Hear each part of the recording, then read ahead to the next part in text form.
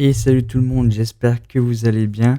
Alors on se retrouve aujourd'hui pour un tout nouveau type de vidéo que je vais mettre en place chaque semaine. Je posterai ces vidéos chaque dimanche, je pense, ou peut-être les samedis, je ne sais pas encore trop pour le moment, mais en tout cas ça sera posté le week-end. Puisque certains se demandaient aussi comment je travaillais au niveau des stocks, comment je faisais mes analyses, etc. Et je me suis dit, pourquoi pas justement composer ça en vidéo pour en même temps pouvoir vous montrer en vidéo comment je fonctionne et en même temps pouvoir fournir également du contenu.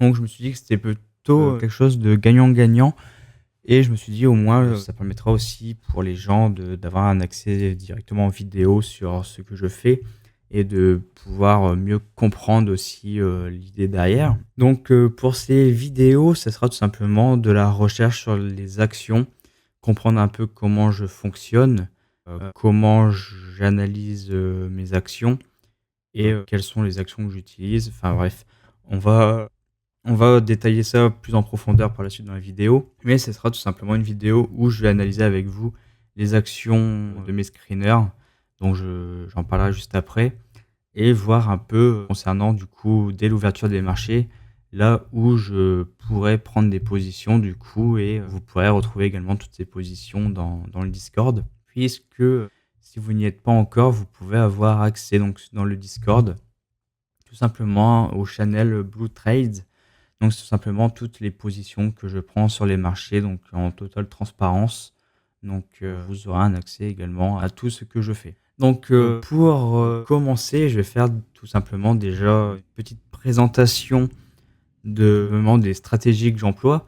Donc ici, on va parler uniquement de mon compte titre ordinaire, de mon CTO, basé sur l'investissement. Donc j'ai une autre partie, on va dire investissement, qui est axée vraiment croissance à long terme, 5, 10, 15, 20, 25, 30 ans. Donc là, c'est vraiment des positions que je prends et que je hold vraiment en guise de pure croissance. Donc c'est souvent sur aussi des gros caps, des noms quand même assez costauds dans leur secteur. Donc c'est pas le but des vidéos de parler de ça ici, mais on va parler plutôt de l'autre côté de ce CTO que je gère. C'est l'aspect investissement, on va dire, spéculatif, où le but, c'est d'avoir des actions, mais dont je vais prendre des profits régulièrement, grâce notamment à la stratégie SHAD que j'utilise, donc Sell Half at Double. Donc simplement le but de vendre la moitié de son portefeuille à chaque fois que le prix double pour récupérer la mise initiale à chaque fois. Donc le but, c'est tout simplement du coup d'analyser des actions, on va dire, de croissance, mais plus ou moins récentes ou qui commencent un peu à avoir, on va dire, un léger leadership dans leur domaine, mais très léger. Le but, c'est pas d'acheter, par exemple, des actions telles que Nvidia ou Microsoft qui pèsent des trillions ou des centaines de milliards de market cap. C'est pas le but. Le but, c'est de viser aussi un peu du small, voire mid cap, et de pouvoir jouer sur des potentiels de retour sur investissement assez importants. Donc pour cela, je vais vous parler donc de deux stratégies déjà fondamentaux que j'utilise. Tout simplement déjà parce que, avant toute chose, pour filtrer, on va dire, les actions, j'utilise des screeners par rapport à des stratégies que j'emploie. Des stratégies que je réexplique, on va dire, dans mon trading plan, donc sur ce CTO, donc en lead double model. Donc, premièrement, c'est pourquoi je mets en place ce CTO, enfin, dont j'ai déjà mis en place, mais que maintenant je fais aussi en totale transparence avec vous, avec, on va dire, un renouveau. C'est parce que je suis intéressé tout simplement dans l'idée d'investir dans les actions, puisque pour moi, les actions sont un domaine qui vont être d'énormes, enfin, qui ont un potentiel de croissance énorme au vu de notre cycle actuel, basé sur les cycles démographiques. Donc, on va pouvoir refaire un petit point dessus très rapidement. Donc, les cycles démographiques, si vous en avez encore jamais entendu parler, c'est tout simplement une étude basée sur les cycles démographiques sur les marchés financiers. Donc, c'est pas le but de la vidéo ici d'en parler pendant des heures. Donc, je vais expliquer très, très, très rapidement ces cycles démographiques. Donc, un cycle démographique, c'est quoi? C'est lorsqu'on a, on va dire, une nouvelle génération présente dans le cycle de la vie, présente sur le cycle du travail, et cetera. Donc je vais reprendre cette charte et ces cycles démographiques ont plus ou moins commencé donc lorsqu'on a eu cet énorme crack ici en 1930. Donc à l'époque de Hoover, donc lui qui était quand même très libertarienne, donc quelque chose qui est donc c'est vraiment quelqu'un de on va dire de libertarien. C'était un peu le mec qui disait: «Si les marchés doivent monter, ils monteront, s'ils descendent, et bah, ils descendront» et c'est ce qui est arrivé malheureusement en 1930 avec cette énorme crise ici, qui a mené aussi, on va dire, à la destitution de Hoover, puisque c'était vraiment mal vu du coup, par le système capitaliste d'avoir un président qui se dit: «Bah, si ça doit monter, ça monte, si ça doit descendre, ça descend» et ça, les capitalistes n'aiment pas ça du tout parce qu'au contraire, ils veulent qu'il y ait du soutien, ils veulent continuer de manipuler l'actif et continuer d'engrosser, on va dire, le Ponzi, d'engrosser vraiment ce système capitaliste et de faire toujours et toujours et toujours plus d'argent. Donc, on a eu du coup cette première phase de cycle, donc ce qu'on appelle le Fear Cycle. Donc, les phases démographiques, ces cycles durent 35 ans avec 2 cycles à l'intérieur composés de 17 ans et demi d'expansion et 17 ans et demi de contraction. Donc on peut voir du coup pendant ces phases sur un cycle entier, une phase de contraction, une phase d'expansion. Donc on voit qu'on a eu la première phase de contraction, le Fear Cycle, donc post-guerre civile US, des baby boomers qui rentraient en retraite. Donc on voit qu'on a un marché quand même qui est plutôt en train de consolider.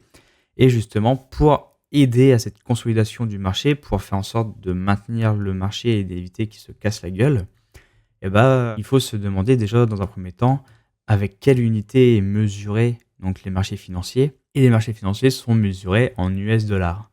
Donc, en fait, vous avez du coup l'actif ici, par exemple le Dow Jones, mesuré en US dollars.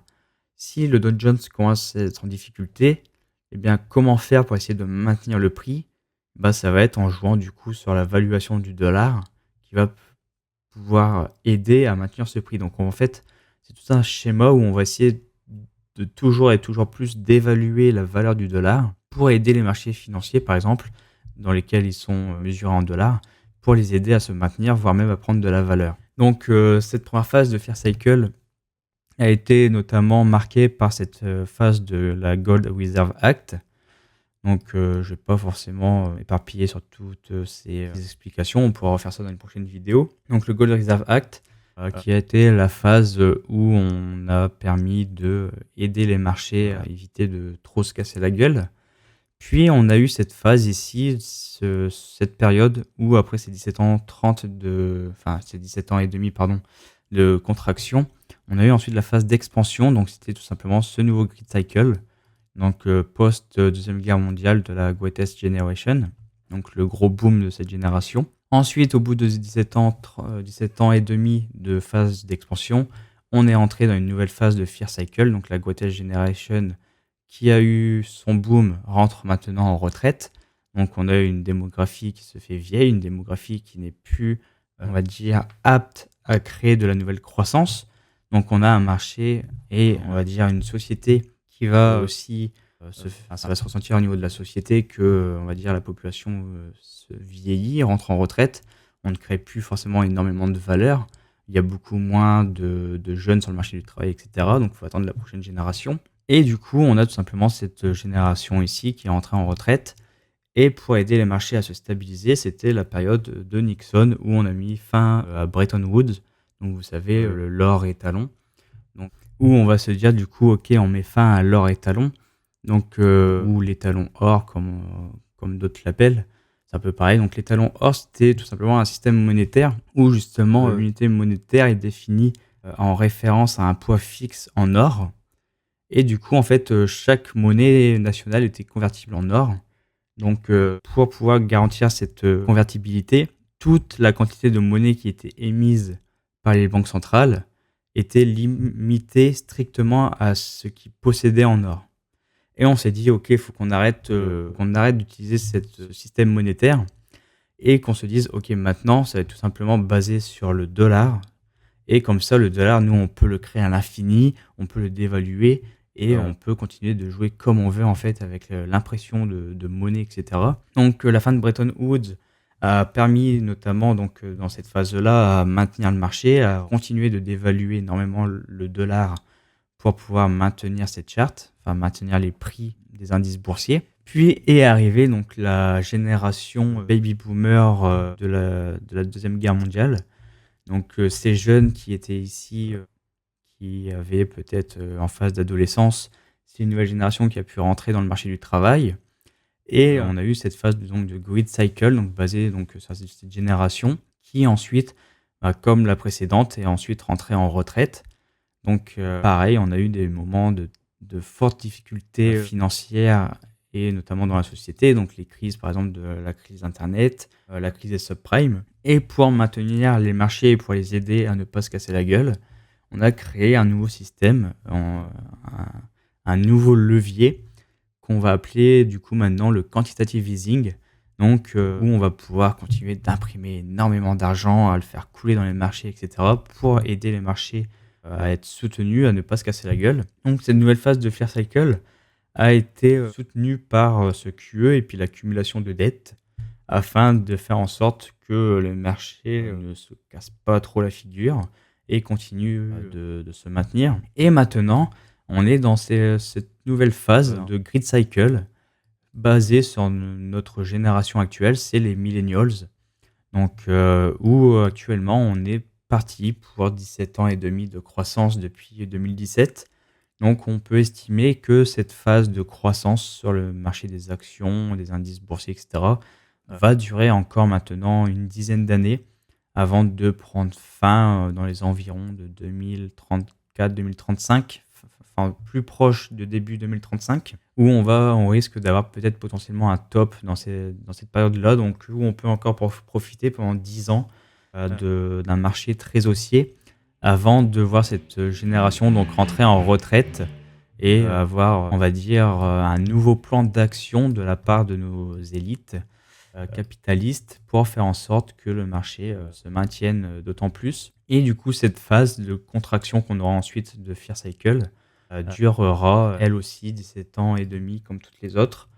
Donc, ou à partir de 2035, ça durera à peu près jusqu'en 2052 environ avant de reprendre un nouveau cycle, pourquoi pas. Donc voilà pour cette petite explication des cycles démographiques. Donc actuellement, basé sur cette analyse, on sait qu'on est actuellement dans une phase de grid cycle.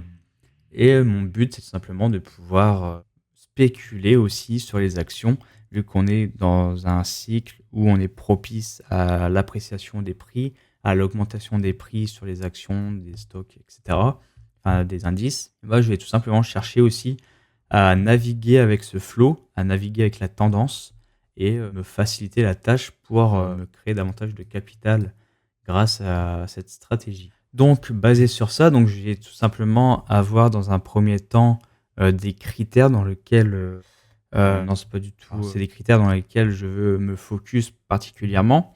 Donc, ça marche également pour mon CTO investissement sur 20-30 ans où je me pose. Donc, c'est aussi sur des sociétés qui correspondent à ces critères. Donc, j'essaie aussi d'y être pour ce CTO-là, mais à plus faible dose, puisque malheureusement, je ne peux pas prévoir si une action qui va correspondre aux critères fondamentaux que je recherche, je ne peux pas forcément me dire, OK, faut que ça colle effectivement totalement avec ces secteurs-là, sinon je n'investis pas dedans.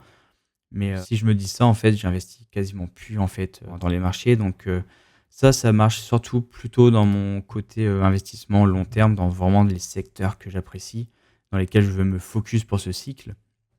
Mais pour ce modèle-là, c'est pas vraiment des secteurs dans lesquels je vais chercher à tout privilégier non plus. Bon, pour ceux que ça intéresse, c'est les secteurs actuellement que j'essaie de focus le plus. Donc, c'est des secteurs vraiment d'avenir, comme la robotique dans le milieu industriel, dans le milieu de la santé ou des commerciaux. La technologie, donc notamment ce qui est actuellement le poids fort on va dire, de la hype et dans lequel la technologie tourne autour. Notamment la blockchain, la réalité augmentée, IA, les drones, etc. Du côté aussi bancaire, donc au niveau des banques avec l'introduction des blockchains, etc., dans le domaine de la biotech, donc basé sur les drogues, la robotique, la thérapie, également l'IA en biotech qui commence à se faire et qui est peut-être porteur d'avenir. En tout cas, je le souhaite. Et également du côté, on va dire, de l'énergie verte, donc véhicules électriques, technologie des batteries, etc. Donc j'essaie d'être basé un peu dessus, surtout pour l'investissement dans mon autre CTO, pour vraiment l'investir à long terme. Mais pour ce CTO-là, pour ce trading plan, on va dire que ça, c'est une énorme parenthèse en fait. Donc on va rentrer un peu plus dans le vif du sujet concernant les fondamentaux que je recherche.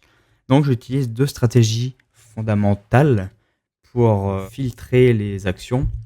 Premièrement, c'est la stratégie fondamentale du CANSLIM, donc CANSLIM. Et le deuxième, c'est le VCIM. Donc je vais d'abord parler du CANSLIM, c'est vraiment celui qui va nous intéresser aujourd'hui puisqu'on va faire un petit tour dessus. VCIM, j'y viendrai plus tard lorsque je ferai un point dessus. Donc le CANSLIM, si vous voulez savoir vraiment ce que c'est, j'ai fait une doc du coup dans le Discord où vous pourrez retrouver dans le lien essentiel justement ce Google Doc que je vous ai fait pour présenter le modèle CanSlim. Donc je vous présente un peu d'où ça provient, qui en est l'auteur et du coup également les critères qui correspondent à ce modèle où chaque lettre correspond à un critère de recherche. Donc on a le C, donc c'est les bénéfices actuels trimestriels. Donc selon le modèle CanSlim, les investisseurs doivent rechercher des compagnies dont le bénéfice par action est supérieur au bénéfice par action du même trimestre de l'année précédente. Donc je vous donne un exemple. Donc on recherche vraiment un taux de croissance minimum de 25% sur ce critère-là. Du côté du A, c'est tout simplement la croissance des bénéfices annuels. Donc, ou basé sur les recommandations de son créateur, William O'Neill, on est sur un taux de croissance des bénéfices annuels d'au moins 25% à 50%, donc pour chacune des 3 à 5 dernières années. Donc moi, je me réfère tout simplement au minimum de 25%, donc comme je l'avais noté également dans mon trading plan. Le N, c'est tout simplement, est-ce que cette société est novatrice? Est-ce qu'elle crée un nouveau produit, une nouvelle idée? Peut-être un nouveau chef d'entreprise, en tout cas un changement qui peut créer une différence. Donc, je vais reprendre le modèle ici. Donc, un nouveau service, potentiellement, quelque chose de nouveau.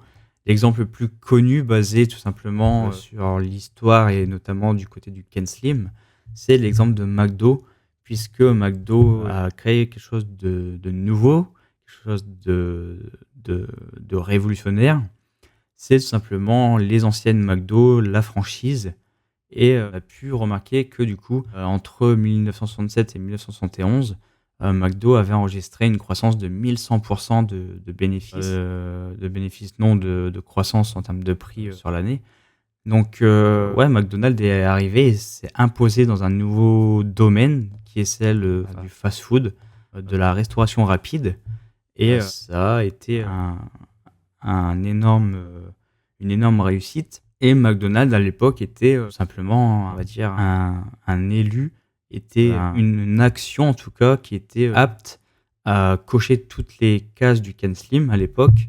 Et maintenant, McDonald's est devenu ce qu'il est aujourd'hui. Donc voilà pour la petite pointe histoire. Le S, c'est tout simplement la supply and demand. Donc en général, il est préférable de chercher une société dont le nombre d'actions en circulation soit inférieur à 25 millions. Donc, basé sur les remarques d'O'Neill, il a tout simplement étudié toutes ces sociétés dans lesquelles il a pu investir, etc., qu'il a pu voir avec son screener. Et il a remarqué que 95% des sociétés ayant enregistré les gains les plus élevés comptaient moins de 25 millions d'actions. Donc, d'un côté, c'est normal, moins il y a d'actions, au plus ça va s'échanger.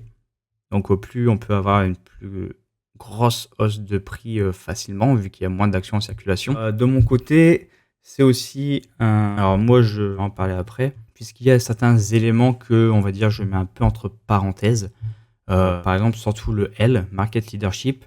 Moi, c'est pas non plus un endroit, on va dire, un critère sur lequel je me repose énormément pour le CanSlim. Savoir qu'on a un leader ou un retardataire, pardon. C'est pas trop important pour moi. Mais du coup aussi sur le supply and demand. Alors oui, j'essaie de focus vraiment les actions qui ont moins de 25 millions d'actions environ, voire 30 millions. Mais je me laisse quand même une plus grande marge. C'est-à-dire qu'en général, je peux monter même à 50-75 millions d'actions. À partir de 100 millions d'actions, là, ça commence à être compliqué et je vais être vraiment beaucoup, beaucoup plus pointilleux sur les chiffres financiers que l'entreprise va sortir. Mais sinon, en dessous du coup on va dire de ce maximum d'actions émises, enfin du moins en circulation, je vais être OK avec ça. Donc vraiment, j'ai un maximum, on va dire, de 100 millions et encore, ça va vraiment dépendre des chiffres à côté. Le L, vraiment, je le mets un peu entre parenthèses, c'est pas vraiment quelque chose que je regarde principalement. Je vais surtout me focus sur le C et le A. Le N, j'essaie de regarder un peu, de zioter un peu l'actualité de l'action, voir un peu s'il y a des petits trucs qui bougent, est-ce que ça innove un petit peu. Mais ça, c'est pareil, c'est une petite parenthèse aussi que je me mets. Un autre critère très important que je vérifie aussi, c'est tout simplement une faible participation institutionnelle, donc inférieure à 10%. Donc ça, c'est pareil, on va pouvoir y revenir dessus.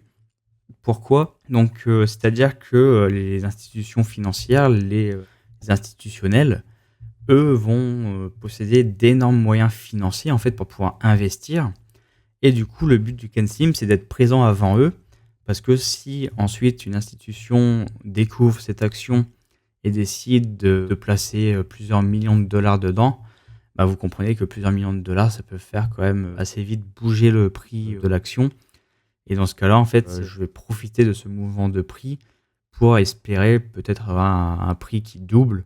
Et dans ce cas-là, commencer à prendre des profits sur les achats de ces institutionnels. Donc ça, c'est pareil. Donc ce critère va indiquer si le stock est possédé par des banques, fonds d'investissement, investisseurs institutionnels, etc. Donc comme je l'ai dit, les institutions ont des analystes financiers professionnels qui passent au peigne fin des milliers de stocks. Lorsque l'un d'entre eux commence à acheter un stock que vous avez en vue, il peut alors déclencher une hausse de prix due à leur achat. Donc vu qu'ils ont énormément de moyens, c'est très important de vérifier ça. Et le dernier critère, donc ça c'est vraiment le critère de base, c'est la direction du marché en général.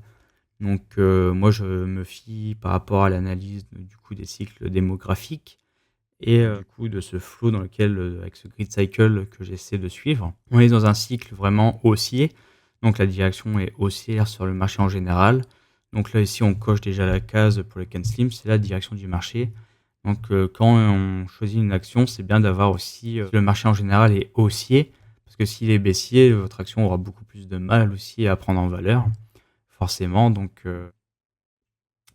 voilà, pour cette petite explication du CanSlim. Donc vous avez la version, on va dire, plus bref dans mon trading plan.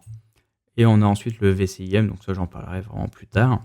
Et lorsque j'ai le critère fondamental, donc je me base tout simplement sur FinFiz pour correspondre à ces critères. Donc vous voyez que j'ai mon CanSlim ici, où je vais du coup chercher tous mes critères, donc la participation institutionnelle, le bénéfice par action sur les trimestres, les derniers trimestres, sur l'année, etc. Donc, et je me fixe aussi un market cap, donc pour essayer d'avoir des actions, on va dire, à faible market cap tout de même, pas trop valorisées, histoire de pouvoir vraiment, on va dire, avoir un plus gros potentiel de retour sur investissement. Donc là, je suis actuellement en micro, donc sous 300 millions de market cap. Je peux aussi me mettre en small ici, donc idéalement, ce serait même me mettre small ici, donc entre 300 millions et 200 milliards. Mais je préfère quand même viser ça, comme ça au moins, même en choisissant le small ici, j'ai également les actions qui sont vraiment sous les 300 millions, plutôt que là où je serais limité à 300 millions minimum. Donc micro, small, je peux me mettre sur les deux. 2 milliards, ça va quand en termes de market cap. Donc c'est pas trop dérangeant. Donc admettons que là, je me mette en small. Du coup, là, toutes ces actions sont des actions qui correspondent aux critères CanSlim, donc basés sur les bénéfices par action à l'année, sur les trimestres, etc. Et ensuite, je vais tout simplement cliquer sur une charte. Je sais déjà que au niveau des chiffres financiers que je recherche, c'est déjà bon. Donc la seule chose que je vais regarder, c'est tout simplement la charte et puis tout simplement les actions émises. Surveiller qu'on ne dépasse pas non plus 100, 150, 200 millions. Mais non, je fais juste ça et ensuite je peux passer simplement à TradingView pour chercher mes actions sur la charte et commencer à regarder ce que l'action de prix donne. Puisqu'une fois que j'ai mon critère fondamental, enfin mes critères fondamentaux de cocher, maintenant je vais passer à la phase technique. Donc la phase technique, c'est quoi? C'est tout simplement mon setup que je vais appliquer sur la charte pour rentrer en position sur le marché. Et pour parler de ce setup, c'est très très simple. Mes critères, c'est des critères dont vous êtes, je pense, très habitués. C'est les critères que j'utilise pour investir n'importe où. C'est dans un premier temps, du coup, de vérifier déjà qu'on a une divergence confirmée donc, sur mes momentum, que ce soit au MACD ou au BV, ou même sur le volume. Et ensuite, je vais chercher tout simplement à ce que le prix forme un bottom sur sa charte weekly, donc un W tout simplement en weekly. Et l'entrée se fera donc sur le passage de la neckline. Pas de stop, puisque c'est du shad. Donc, c'est-à-dire que par exemple, si j'ai un portefeuille ici à 10 000 $, j'ai un risque maximum de 500 $. C'est-à-dire qu'en fait, du coup, je ne vais pas poser plus de 500 $ sur l'action. Pourquoi? Parce que si l'action passe à zéro, admettons que j'ai mis 500 $ dessus, bah, si elle tombe à zéro et que je sors, que je suis liquidé à 100%, bah, je perds 500 $. 500 $, ça correspond aux 5% de risque que je me suis donné maximum. Je suis d'accord avec ça. Donc, j'ai pas eu besoin d'utiliser de stop. C'est la liquidation qui sera mon stop. Et concernant mes profits, c'est tout simplement du coup de vendre la moitié de mes actions à chaque fois que le prix double. Je mets 500 $ sur une action à 1 $. J'ai 500 actions. Quand elle passe à 2 $, j'en vends 250. Je récupère donc 500 $. Je récupère ma mise initiale. À partir de là, j'ai récupéré l'argent que j'ai mis de base dans l'action. Si elle passe à zéro, au total, j'aurais pas perdu d'argent du tout. J'aurais pas fait de bénéfice, mais j'aurais rien perdu. Ma position est du coup sécurisée. Le bénéfice va commencer à se faire à partir du deuxième double. C'est-à-dire que le prix est à 2 $, il passe à 4 $. Cette fois-ci, je vais vendre 125 actions. Donc, je récupère encore une nouvelle fois 500 $. Là, j'aurai un bénéfice net de 500 $. Car si l'action après descend à zéro, je liquide tout, je perds ce qui me restait, eh bien j'aurais récupéré mes 500 $ de base, donc je passe sur un bénéfice net de 0 $. Je ne gagne mais je ne perds pas non plus. Je fais le second double, je récupère encore 500 $. Cette fois-ci, je gagne mes 500 $, ils sont dans ma poche et je peux les réinvestir ou faire ce que je veux avec, mais la position m'aura apporté un peu de bénéfice, même si après elle est liquidée et que je n'ai plus aucune action. Et ainsi de suite. Si l'action passe à 8 $, je revendrai du coup la moitié de 125 actions, donc ça fait 67,5 actions, et ainsi de suite, ainsi de suite. Et c'est ça qui est bien avec Interactive Broker, c'est que pour presque toutes les actions, je peux acheter en fractionné, donc je peux acheter par exemple 60,5 actions si je le veux, ou en vendre 67,5 par exemple. Donc je suis vraiment pas trop bloqué avec ça sur Interactive Broker. Avant, c'était beaucoup moins faisable à l'époque. Maintenant, on va dire que l'achat et la vente d'actions fractionnées se fait de plus en plus. Et on va dire que c'est vraiment très, très bien, surtout pour ce genre de stratégie, où des fois, avant, j'étais obligé d'arrondir et du coup, bah, ça faussait un peu mes résultats en termes de ce que je récupérais, etc. Donc là, je peux vraiment faire les choses vraiment très carrées, très bien. Donc voilà pour cette explication du CanSlim. Et du coup, ensuite, mon but est de passer en revue tout mon screener. Donc là, actuellement, j'ai par exemple 148 actions à analyser où je vais tout simplement cliquer dessus, vérifier le nombre d'actions émises et je vais pouvoir regarder sur les charts l'action de prix et voir si j'ai un potentiel setup qui se montre. Pour cette vidéo, je vais vous épargner vraiment l'analyse des 148 actions. Ça va être très très long. C'est ce que je fais en général le week-end où je me prends une bonne heure, voire deux, pour tout checker. Mais là, on va parler un peu plus des actions dans lesquelles je suis déjà présent pour que vous compreniez un peu plus comment j'ai activé le bouton achat, on va dire, sur mon CTO. Donc pour cela, j'ai mon logger donc, dans lequel je garde mes trades pour ce portefeuille. Donc j'ai une partie CanSlim, j'ai une partie VCIM. Pourquoi? Parce que le VCIM, ça se fait principalement sur des actions canadiennes. Donc j'ai tout simplement un portefeuille en dollars canadiens. Et du coup, on va dire que les deux, je les mélange pas trop pour vraiment avoir une bonne visu sur qui et quoi dans quelle wallet. Donc là, on va parler du CanSlim. Donc actuellement, j'ai 3 actions que j'ai rachetées récemment, au mois de juillet. Game, Shim et RDZN. Donc je vais tout simplement reprendre la charte. Donc là, c'est pas la charte d'entrée vraiment que j'avais sur Game. Là, j'avais changé.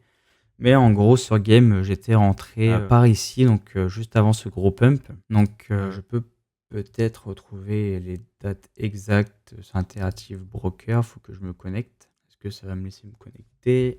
Ouais, il faut que je valide la double authentification. Donc pour game, je vais reprendre l'exemple dessus pour parler de cette action. Je vais me remettre sur la charte de game et également sur mon layout pour le Ken Slim. Tac. Donc avant de passer à l'achat, je suis tombé du coup sur la charte lorsqu'on était par ici, donc au niveau des 0,90. Donc moi, mon objectif, c'était de rentrer dessus, puisque j'avais vu qu'on avait déjà des signaux, donc même momentum présent. Donc même sur MACD, ici, on a une belle divergence haussière qui s'est confirmée ensuite ici. Et on avait déjà une structure de bottom validée. Donc là, on est en daily, mais je peux le mettre aussi en weekly sans trop de problème. Tac. Donc on voit bien qu'on avait cette structure un peu en mode head and shoulders inversé, voire même de W ici. Et l'objectif que je voulais, c'était de rentrer dedans au niveau de cette neckline. Sauf que ouais, je l'avais un peu perdu de vue et je l'ai revu vers ces zones de prix ici. Et je me suis dit, ok, c'est soit on revient sur cette neckline ici du W et je rentre dessus, soit on va recréer un nouveau high. Et à partir d'ici, on va recréer un nouveau W, vraiment avec ce high. Et je me suis dit, ok, là, j'ai deux choix. Donc on va attendre ce que le marché va faire. Puis est venu le jour ici, le 8 juillet, où dès 15h30, je vois que le marché vient ici sur les 0,90, 9 $, à peu près. Donc je vais pouvoir vous montrer, si Interactive Broker le veut bien, mes positions. Donc j'ai game, il est là. Tac. Donc je vais faire un screen très rapidement. Voilà, pas besoin que tout se charge non plus. On n'a pas accès à tout, mais c'est pas grave vu que la page n'est pas finie d'être chargée. Mais du coup, voilà, je suis entré le 8 juillet. Parce que à 15h30, donc on est venu chercher ce niveau, je l'achète. Et derrière, je vois très rapidement une news qui tombe sur Game, comme quoi ils veulent faire une trésorerie en ETH, etc. Ou BTC, je sais plus. Mais voilà, une trésorerie en crypto et tout. Et c'est vraiment la hype du moment. Un peu moins maintenant, vu que ça s'essouffle légèrement. Mais à cette période, il y avait une énorme hype sur les trésoreries en crypto. Et je me suis dit, ok, là, il faut vraiment que l'ordre se field, parce que ça va fuser. Donc j'ai eu de quoi pouvoir field mon ordre. Donc comme je l'ai mis dans mon trade logger, j'ai mis 100 $ dessus. Et ça n'a pas loupé, derrière ça a très très vite explosé. Ça m'a même étonné que ça n'explose pas directement à la sortie de la news, puisque étonnamment le marché était resté encore assez flat à cette période. Je pourrais me mettre même peut-être sur du 1 minute, que ça pourrait se remarquer direct que le marché est resté quand même assez flat. Le 8 ici, le marché a ouvert à 15h30. On était ici vers les 98. Et vous voyez, vraiment, on a fait ça. Tac, on a consolidé encore quelques minutes. Et c'est seulement là, on va dire, à partir de 3 heures plus tard, que le marché s'est mis vraiment à exploser un peu plus. Et vraiment, cette news était sortie pourtant dès 15h30 à peu près, voire 16h. Et ça a mis quand même du temps avant que le marché peut-être le confirme, se dise, ok, c'est pas une fake news ou quoi. Enfin bref, ça m'a quand même pas mal étonné. Et je me suis dit, bah c'est pas plus mal, au moins j'ai eu le temps d'être field et de me dire, ok, j'ai pu du coup prendre mon premier double. Et du coup, à 1,98, vous voyez que j'ai pu vendre la moitié de mes actions, donc 50 actions. Donc voilà pour game. Donc vous voyez que j'avais mes critères vraiment techniques ici. J'avais le Ken Slim derrière qui supportait l'idée, donc sur mon critère fondamental. Et du coup, ça a pu me permettre de m'offrir ce double. Et du coup, là, actuellement, c'est simple, c'est même si ça tombe à 0, la position est sécurisée, je ne risque plus rien du tout. Et du coup, je suis totalement protégé. Et c'est une action que je vais pouvoir hold, par exemple, à vie. Si cette action existe encore dans 50 ans, je la posséderai peut-être toujours.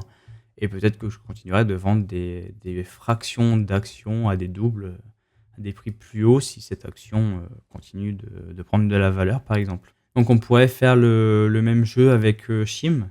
Donc c'est le dernier que j'ai utilisé en guise d'exemple. Rodzen, c'est pas trop grave. Donc Shim, c'est pareil, on avait donc ces signaux sur le wiki. J'avais vraiment un OBV qui était vraiment croissant, une très forte accumulation sur l'OBV flagrante. Donc ça, j'aime beaucoup, beaucoup. La charte est quand même assez récente, donc c'est plutôt bon signe. Moi, j'aime voir ce genre d'OBV. Donc ça me montre vraiment qu'il y a quand même un énorme intérêt. Derrière, j'avais du coup les critères Shim de présent. Et si je me remets sur Shim, là maintenant, ça va faire quelques temps que j'ai fait l'achat, mais ça se trouve que il est possible que Shim ne fasse plus partie du screener, puisque forcément les chiffres ont changé de trimestre en trimestre, Donc s'il est... Ah non, il est toujours là. Donc ça montre qu'on a toujours des critères valables pour le Ken Slim. On a aussi un fort taux d'insider. Donc ça, c'est quand même un très bon signe. C'est un petit plus.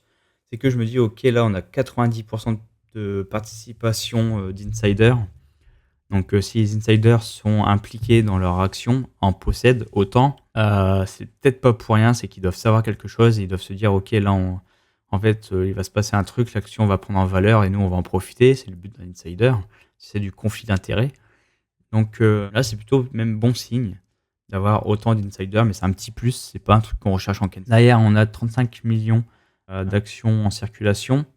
Donc ça reste un peu au-dessus des 25 millions, mais voilà, 35 millions, ça reste quand même, je me dis ok, ça passe très largement. Donc j'ai vu ça, j'ai vu ensuite la charte, et je me suis dit ok, là on a les critères que je voulais, on a la structure ici, on a la neckline du W, j'attends ici et j'attends d'être field, donc j'ai été field sur ces bougies ici weekly qui sont venus chercher le W, donc j'ai été field à 2,20 $ par action, et cette fois-ci, Shim, j'ai dû poser peut-être 200 $, il me semble, de tête. Donc ouais, c'est ça, j'avais posé 200 $. Donc voilà, donc là, ma mission pour ce dimanche, c'est de faire un point de mon screener. Donc peut-être je vais pouvoir regarder un petit peu avec vous, allez, on va dire cette première partie de page, histoire que vous voyez un peu comment j'analyse. Mais ensuite, le reste, je le ferai quand même de mon côté en off, parce que ça va prendre quand même pas mal de temps. Et c'est pour vous faire une vidéo de 3 heures où pendant 2 heures vous allez avoir du blanc et je vais pas beaucoup parler au cours, c'est pas non plus très instructif. Mais au moins vous voyez un peu comment je travaille. Et chaque semaine, je ferai un point avec vous du coup sur les actions que j'ai achetées ou non. Ça se peut que j'ai rien acheté, donc on fera un petit point quand même sur ce qui s'est passé, etc. Ce que j'ai pu vendre, si jamais j'ai eu du profit, on fera un point aussi sur l'actualité de mes charts au jour le jour, histoire de les analyser un petit peu. Et du coup, on va analyser aussi un petit peu les screeners ensemble de temps en temps. Donc là, on peut par exemple passer à Adil. Donc Adil, c'est 21 millions d'actions émises. Donc je peux regarder sur du weekly ici, on va pas pouvoir très très bien voir. Donc il faudrait que je me mette sur un autre layout pour pas virer chart. Tac. Et je vais pouvoir regarder donc Adil. Donc Adil, voilà, en daily, on va se mettre sur du weekly. Je me suis trompé. Donc on voit ici que on a peut-être potentiellement déjà un potentiel W, un potentiel bottom. Mais au niveau des indicateurs, voilà, c'est énormément flat. Il n'y a pas de signe de divergence haussière. On a ce signe quand même de divergence haussière sur l'OBV. On a un plus bas ici avec ce plus bas. On valide ici cette divergence haussière alors que le prix fait un nouveau plus bas. Donc un premier signe en tout cas sur l'OBV. Maintenant c'est pareil, il va falloir attendre quand même qu'une structure de prix se donne sur Adil. Mais dans ce cas-là, je fais en sorte de garder du coup cette action en surveillance. J'ai pas trop envie de me bombarder la tête avec des watchlists de surveillance. En général, j'essaie de garder quand même à l'esprit ce que j'ai à surveiller. Mais c'est vrai que pour ce genre de choses, j'aime quand même. Alors, des fois, quand je repasse, enfin, j'ai envie de dire que chaque semaine, je repasse un peu quand même le screener au peigne fin. Donc la semaine prochaine, à Deal, je vais forcément retomber dessus. Je vais dire tiens, il est dans le screener, même si ça me dit un truc, je vais recliquer dessus, je vais regarder très rapidement. Donc en soi, chaque semaine, je ne rate rien vu que je repasse un coup dessus. Donc c'est pour ça que j'évite de refaire des nouvelles watchlists à chaque fois de surveillance, puisque le screener, je le revois encore et encore. Tout comme par exemple cette action-là, à Deal, ça va faire peut-être déjà plus d'1 an qu'elle est là dans le screener. Donc je pense que j'ai déjà dû la voir plus d'une vingtaine de fois ou plus d'une trentaine de fois dans le screener à chaque fois que je regarde dessus. Donc à force, je commence à connaître la charte et de ce dont le prix commence à faire, enfin commence à montrer. Donc là, c'est tout simplement une attente. On va attendre tout simplement qu'un W se montre et on verra par la suite. Après, c'est pareil, Adil, c'est quand même du milieu, on va dire, du domaine santé, biotech. J'évite quand même d'acheter trop de biotech. C'est quand même, on va dire, assez nocif à chaque fois. La biotech, ça a tendance quand même à dégringoler encore et encore dégringoler. C'est très très rare de voir quand même de la biotech qui performe très bien à long terme. Donc peut-être 1 ou 2 actions de biotech, 3 grands max peut-être en portefeuille. Mais sinon, j'évite quand même un peu ce secteur pour le Ken Slim. Donc on va pouvoir passer au reste. Donc là, c'est un ADR sur AKTX, pardon. Donc là, on a potentiellement aussi une belle charte, 32 millions d'actions émises. Donc on va pouvoir regarder un peu ce que fait AKTX. Ok, on est quand même potentiellement sur un petit bottom là actuellement, mais de ce que je vois sur les indicateurs, il n'y a pas grand chose de fou, pas de signe de divergence haussière, rien sur MACD non plus. Donc là, clairement, c'est un next pour moi. Je me prends pas la tête avec ça, je perds pas de temps. Je peux passer à la suite, donc ALLR, 14 millions d'actions émises, c'est très propre. Donc je vais pouvoir regarder un peu au niveau de la charte ce que ça donne. Donc là déjà je vois qu'il y a un OBV quand même très très moche. Ça, il y a un problème avec le volume. Je vais le remettre à sa place. Donc là, va falloir zoomer. Donc vous allez vous dire, putain, une action qui valait 400 000 $. Alors oui et non. En fait, ça n'a pas forcément valu 400 000 $. C'est qu'à force, avec le temps, cette action a créé encore et encore de nouveaux splits. De toute façon, on le voit ici. Donc on voit que on a eu un split de 1 pour 35, un split pour 1 pour 40, un split pour 1 pour 20, etc.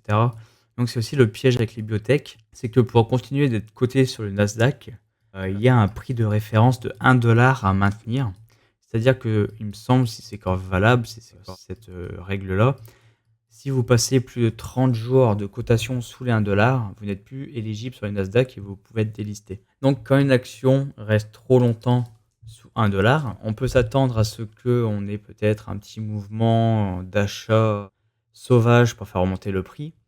Dans ce cas-là, c'est vraiment bénéf pour les actionnaires si on a acheté au plus bas parce qu'on va profiter de cette montée de prix, mais ce qui est quand même assez rare. Et le deuxième levier sur lequel peuvent jouer l'entreprise, et qui est le levier le plus utilisé, c'est du coup les splits. Les splits, c'est quoi? C'est on va réduire le nombre d'actions émises pour faire en sorte de monter le prix. Admettons que j'ai cette société qui cote à 50 centimes, elle a 100 millions d'actions émises, pardon. Elle cote à 50 $. Elle aura donc un market cap qui va être de 50 millions. Ok, donc 100 millions fois les 50 centimes, c'est le market cap, ça fait 50 millions. Ce qu'elle va faire, c'est qu'elle va du coup faire un split et elle va réduire par 2 les actions émises. Le fait de réduire par 2 les actions émises, sachant que le market cap est de 50 millions, le prix de 50 centimes, on va passer du coup de 100 à 50 millions d'actions émises, ok? Mais le market cap est toujours de 50 millions. Ça veut dire qu'en fait, vous allez diviser par 2 le nombre d'actions émises, mais derrière, forcément, pour garder le même market cap, le prix va devoir faire x2. Donc on va passer d'une action de 50 centimes à une action à 1 $, avec plus que 50 millions d'actions émises. Et on retrouve du coup le market cap de 50 millions. Et du coup, on va retrouver du coup une action qui va coter à 1 $, et ça sera clean, ça sera bon pour le Nasdaq. On cote à 1 $, c'est nickel, la cotation continue. Donc c'est des choses qu'on voit très très souvent, donc c'est split. Et là, c'est ce qu'il y a eu sûrement pour R, c'est qu'à plusieurs reprises, on devait être quand même sur des prix qui devaient frôler presque le délistage sur le Nasdaq. Et à chaque fois, on a fait des splits pour reprendre de la valeur, booster, on va dire, le prix de l'action. Mais d'ailleurs, le prix a fait que chuter. Ça se trouve, là, ce qui va se passer, c'est qu'on est quasiment à 1 $. Admettons qu'on ait un split de 1 pour 50. On réduit donc de 50 les actions émises. Donc le prix va être multiplié par 50. On va passer à une action de 50 $, avec 50 fois moins d'actions émises. Mais derrière, qui dit une action à 50 $, dit une action qui va encore continuer de se casser la gueule. Et après ce split, on va peut-être retrouver encore une fois à nouveau les 1 $. Et c'est ce qui cause du coup des échelles de prix comme ça, qui montrent un début de cotation peut-être à 400 000 ou quoi. C'est juste l'effet cumulé de tous les splits qu'il y a eu. Donc c'est pour ça, faut pas se faire avoir. Donc voilà pour ce petit point. Donc là, je vois que ça va faire déjà un peu plus de 50 minutes de vidéo. Je pense que c'est déjà pas mal pour vous. Ça risque d'être très très long. Je vais pas continuer la revue du screener. Vous avez déjà vu à peu près comment je fais pour les premières actions. Donc je vais continuer ça en off de mon côté et je vous tiendrai au courant sur le Discord si jamais je vois des choses intéressantes ou si je prévois des futurs achats. Donc n'hésitez pas aussi à nous rejoindre sur le Discord pour ne rien louper. Et moi je vous dis tout simplement à la semaine prochaine pour le second épisode sur les stocks. Je vous dis à la semaine prochaine. Ciao.